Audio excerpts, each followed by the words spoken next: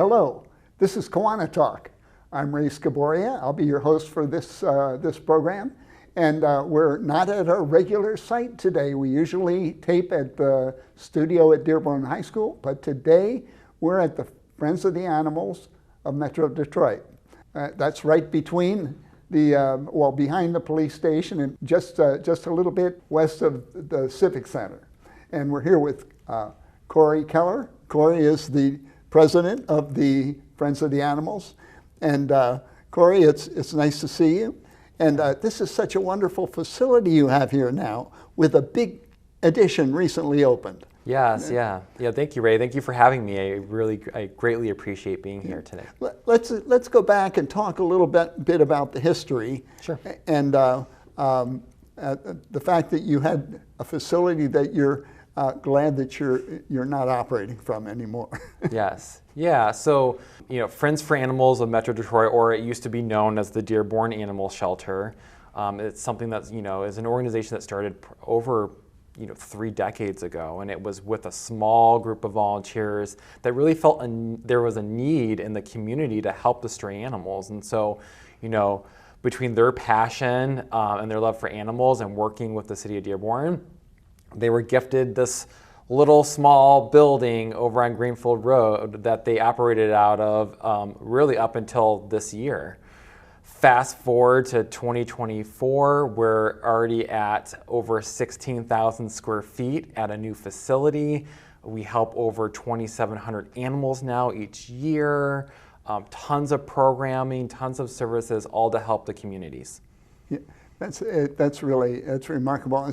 There is a tremendous need because animals sometimes they get abandoned. Sometimes some people get carried away with animals and they let them breed in their house till they have too many. There's a lot of issues, and without a nice facility like this, it's hard to take care of the animals in a humane manner. Yes. Yes, exactly. And this facility. I was given a walkthrough, and we're going to have some video of that. The new addition out here, I don't know how, it's more than double the size of the area, isn't it? This one? Yeah. So so essentially what happened was in 2018, we opened the first phase of the Adoption and Education Center. And that was roughly around 10,000 square feet. Oh, okay. So kind of what we're sitting in right now, our lobby, that's what we would consider existing, but brand new comparatively to the Greenfield location. Yeah. And then this past February, we opened what we are calling Phase 2A, and that added an additional roughly 6,500 square feet, which included this addition that jets out now, which is our brand new adoptable dog area. Yeah. It holds 26 full-size kennels that have double compartments, so they have access to both sides of a kennel, giving them more space. Or for maybe some of those really shyer dogs that want to feel more secure, we're able to kind of close what is called a guillotine right in between, so they have a little bit more of a secure compartment to be in. Also helps our staff with cleaning and efficiency and feeding and all that other good stuff. And then we also added concaves, which are for our small breed dogs, and they have these really nice rollaway banks that the dogs go in. It also is for puppies as well. And then the other part of this Phase 2A was on the other side of the facility, which was the old Amtrak station. And what the shelter was using it for was more so for like volunteer orientations, group meetings, things like that, because it was just an open space. That whole area now has been renovated, and it's now our intake and medical services area of the facility. We basically took all the services over at Greenfield and moved them all into this new renovated space. So what that means is that everything now is under one roof, because we've been split since 2018 between our intake and medical services and then our adoption center. And with that, you had transportation issues all the time going back and forth between both for personnel and animals and whatever, you know? And now it's all here. Yes. And here you can put so much more attention on potential pet owners, you know? And it's such a nice facility you have here with the tables for instruction and filling out forms and whatever you need to do, you know. And there really was no place down there to do that. No, you sort of sat in a chair or stood at the counter. Yeah, very tight space, very small, very dim there. Over the years, you know, the building just simply started falling apart. The foundation, the flooring was cracking, water would drip from the ceilings. It just wasn't a good environment for people or animals. So I think we're all grateful to be over here in essentially a state-of-the-art facility that has, you know, what you don't see is these really amazing HVAC units that actually are pulling out you know, all the air that's inside the building and is bringing in 100% fresh air, that's great. which is super beneficial for animals, and it also helps keep down disease. That's one thing that the other facility didn't have. It did not have know, that. And you knew it when you walked in there. You know? Yeah. So. Yeah. I've heard that you end up with more animals to place at sort of this time of year. Well, it's getting a little later, but it happens every year. You end up with more animals in the early spring. Yeah. I mean, what it simply is that, you know, what we see more of as it gets warmer is what we call kitten season.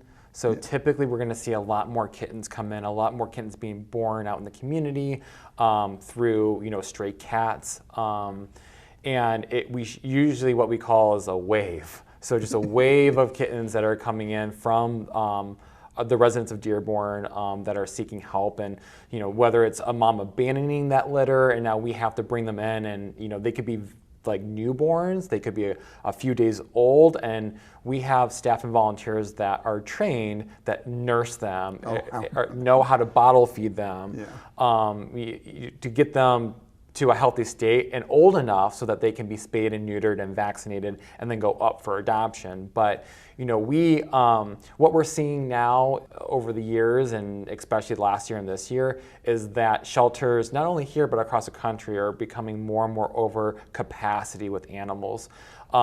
Certainly seasonally, so like you mentioned, in the spring, we're gonna see a lot more cats and kittens, but what we're also seeing is an overcapacity in medium and large breed dogs, and you know, they're staying longer as well. So we're seeing the length of stay of animals, specifically dogs, go up, and that's a national trend as well. And that's concerning because, you know, if it means that existing animals are staying longer and we're seeing an increase in animals coming in our door, that just swings us right into overcapacity. Yeah. And so we have to figure out solutions to that. And to us, that means we drop our adoption fees, you know, so that it's, you know, very affordable, and you're getting a lot for what you're paying for. You get an animal that's it's been treated for, I suppose, certain diseases. Yeah. The animal's neutered, so the animal's not gonna reproduce. Yes. Yeah.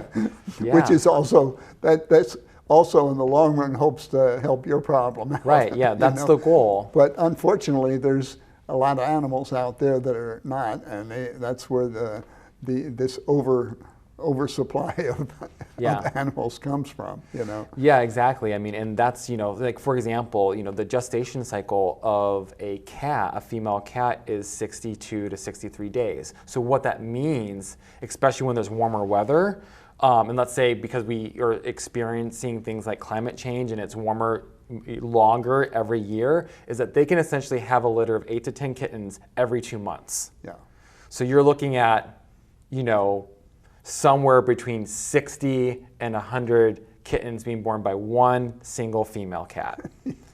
And so that's why it's so important for spay neuter, you know, whether it's community cats that are out there living or cats that are coming in here and that we're adopting back out. They're all going to get spayed and neutered and get the vaccines they need. Well, I grew up in the country and my mother liked cats. Okay. And I think we got up to maybe 20. Oh, wow. But they weren't in the house. Yeah. She had maybe 1 or 2 favorites that were allowed in the house. All the others tried to get in. I'm sure. But she did feed them all. Yeah. But of course, it's in the country. We had a lot of space, and things were handled a lot differently in those days. Yeah. Now, tell me right now, how many dogs and how many cats are available for adoption, approximately?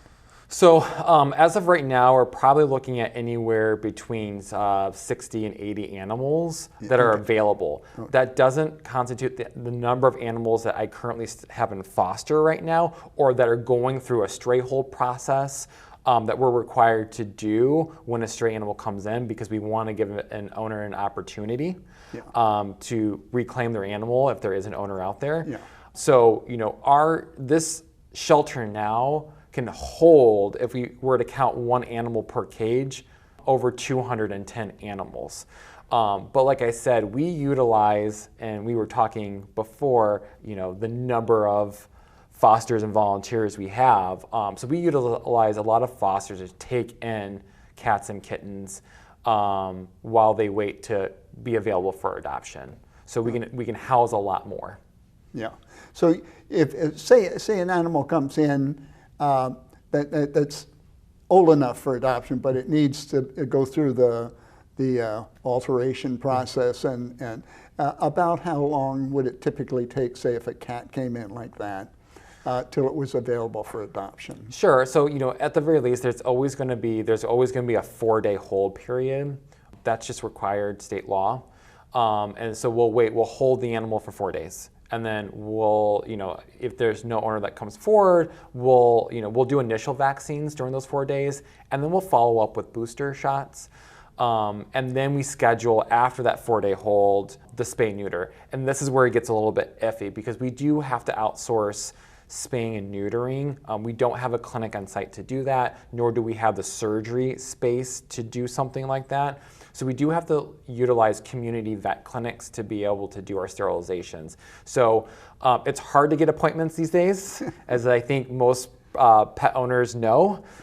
So it just depends on that. But a cat can go up anywhere from 5 days, if let's say the animal's already spayed or neutered, 5 days to a week later. Okay. So that could be the quickest turnaround. It really, the biggest thing, like I said, it just comes down to the spay neuter. I'm sure it can drag out to a month a lot of times.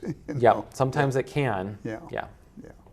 Well, we're going to take a little break now we're here on KiwaniTalk with Cory Keller at Friends of the Animals here in Dearborn, and we'll talk to you soon, right after the break.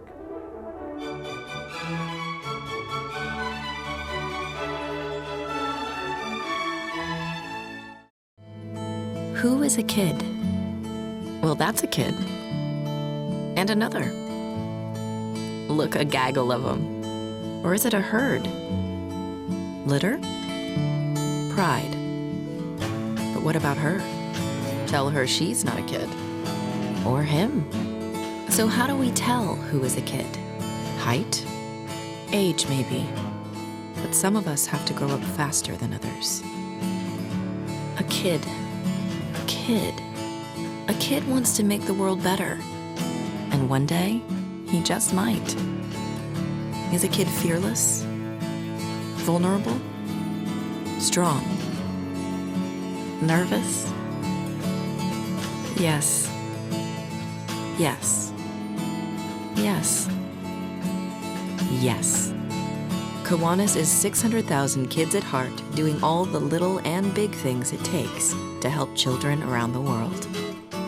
Because kids need Kiwanis. All of them.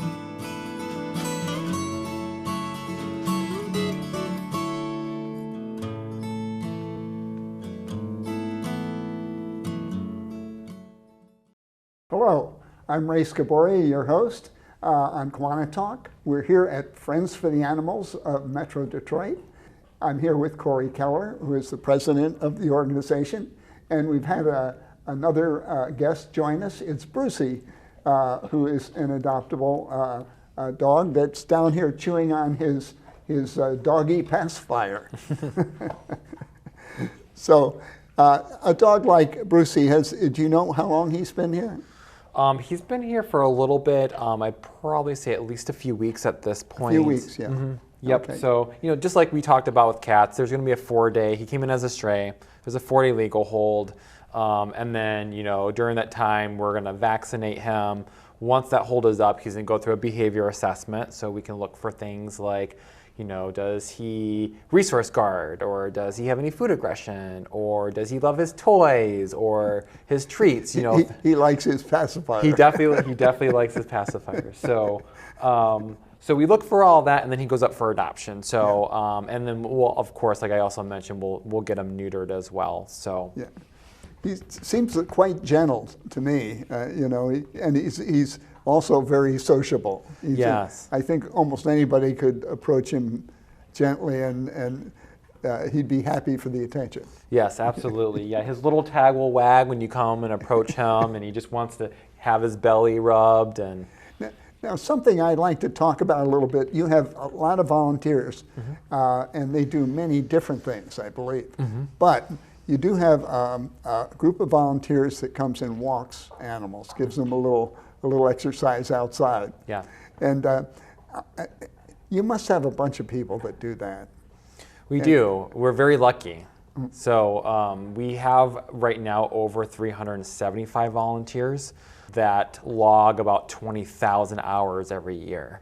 Yeah. So we're very blessed in that, because without them we couldn't do the work that we need to do as staff for animal welfare, for the animals, all the day in, day out. Without those volunteers that come out and, they, as you said, there's all kind of things that they do. They walk the dogs, they will come in and cuddle with the cats, brush the cats out, freshen up their little, we call them kitty condos. Make sure that they have, fresh water, fresh food, things like that. We also do dog play groups, because dogs are social creatures, and so they really need to have friends around. And so we have actually play yards behind the shelter, where we'll pair a couple of dogs that really match each other's energy together, and they get to romp around and just be silly and get some of that energy out, because they're usually cooped up. Yeah, I don't think you counted that in the building's square footage, but or maybe you did. I don't know. No, yeah, it's not counted. Behind the building. Yeah, it's behind the building. Yeah. And and it's also semi-outside. I guess it has a roof. It has so it has awning. So this way it has an awning. Yep. Okay. So this way that they can at least, if it's raining, there's still an awning that they can go out and still hang out without getting rained on. It's like putting the kids out in the yard to play. Pretty much. Same thing. Yes. Go play. Go get that energy out. Yeah. So it looks like Brucey's settled in pretty well. It doesn't look like he's too.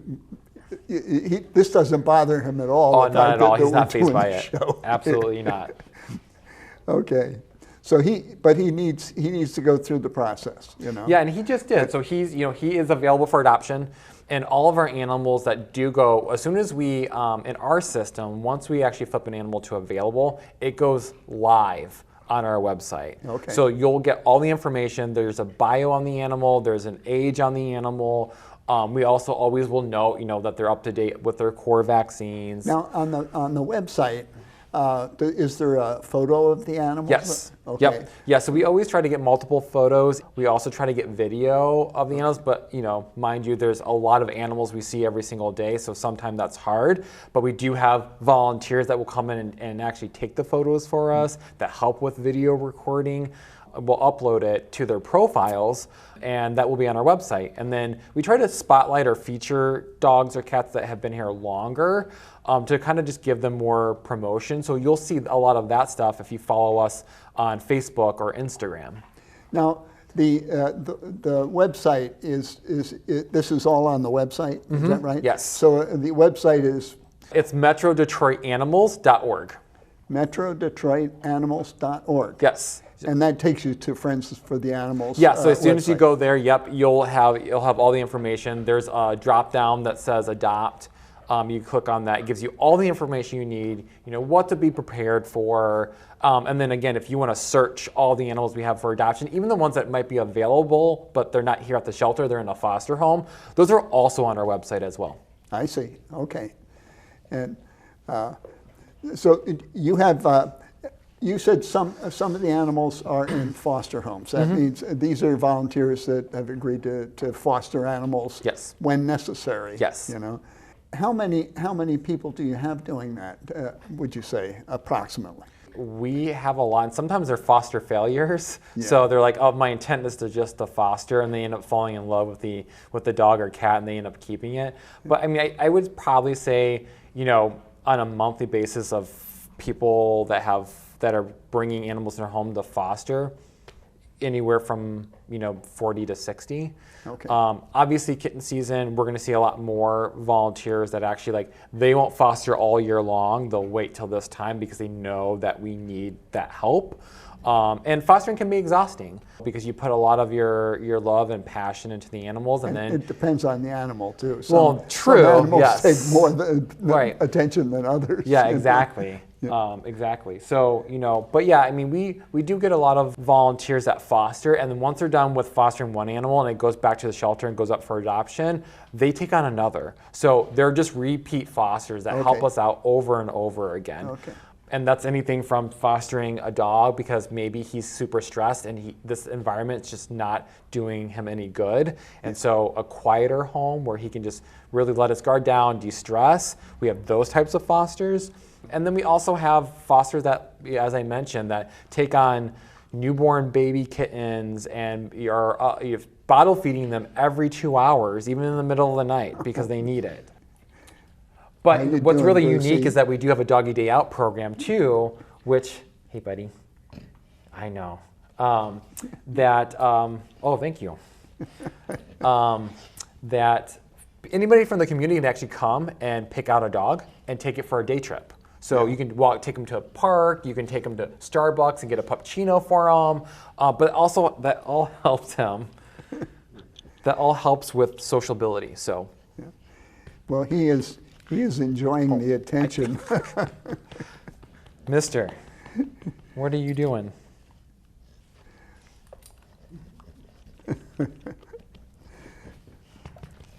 You're a good boy. You think Brucey maybe should go back? He's actually I think he wants up in my lap. Yeah. Actually. Yeah. That's So, what he wants. Yeah. You're a big Yeah, baby. boy. Yeah. Yeah. There you go. Good boy. There you go. Hey, I haven't been in a lap for a while. I know. I'm enjoying this. Yeah. Imagine a 60-pound dog that acts like a lap dog. Yeah. All right, bud. Here you go. Now get down. Okay, there you go. Good job. Good boy. Good boy. Good boy. He's looking at, behind us we have a cat in We there. do have a cat And behind us, He's Ermine. sort of interested. Yeah. He's trying to figure out what all those smells are. So let's see, where were we? We're talking about fostering, yeah. One other thing that I believe I heard is that there is another edition coming here, and he's going to climb on my lap too. How you doing, boy? Yes, you're a nice boy. How you doing? This is going to be it's a talk show, and this is a talk and an action show. Yeah, yeah. Good boy. This is a dog that really is a lovable dog. I'll tell you. Very much so.